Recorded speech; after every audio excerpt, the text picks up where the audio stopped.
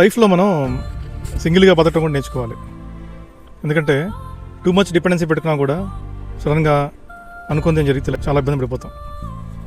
అది ఇంట్లో వాళ్ళు అవ్వచ్చు, బయట వాళ్ళు అవ్వచ్చు. మనం సింగిల్గా బతకగలటం నేర్చుకున్నప్పుడు మనం అర్థం చేసుకుంటాం, మనం ఏంటో మనం తెలుసుకుంటాం, ఒకళ్ళ మీద ఆధారపడటం తగ్గించుకుంటాం. సో ఇప్పుడు ఎవరన్నా మనకి అండి చేస్తే మనం తర్వాత సఫర్ అవ్వకుండా బయటపడటానికి ఈజీ అవుతుంది. ఇంట్లో ఫుడ్ చేసుకోవటం, మన మెయింటెనెన్స్ మనం చూసుకోవటం, వాషింగ్ చేసుకోవటం, ఇలాంటి చిన్న చిన్న ఐటమ్స్ నేర్చుకుంటే మనం అది బతికెట్టు ఉండాలి. మనం సింగిల్గానే వచ్చాం, ఈ లోకంలో సింగిల్గానే వెళ్ళిపోతాం. సో డిపెండెన్సీ తగ్గించుకుంటే మంచిది. ఒకవేళ అనుకోని జరిగితే మనం ఎవరి మీద డిపెండ్ అయ్యే దూరం అయితే చాలా స్ట్రగుల్ ఫేస్ అవుతాం, మనం బయటకు కూడా రాలేం మళ్ళీ కదా. అందుకని ఎప్పుడు మనం ఇండిపెండెంట్గా బతకడం నేర్చుకోవాలి బతికిన వాళ్ళు.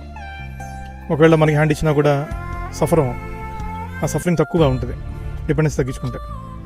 సో అర్థమైంది అనుకుంటా. Thank you.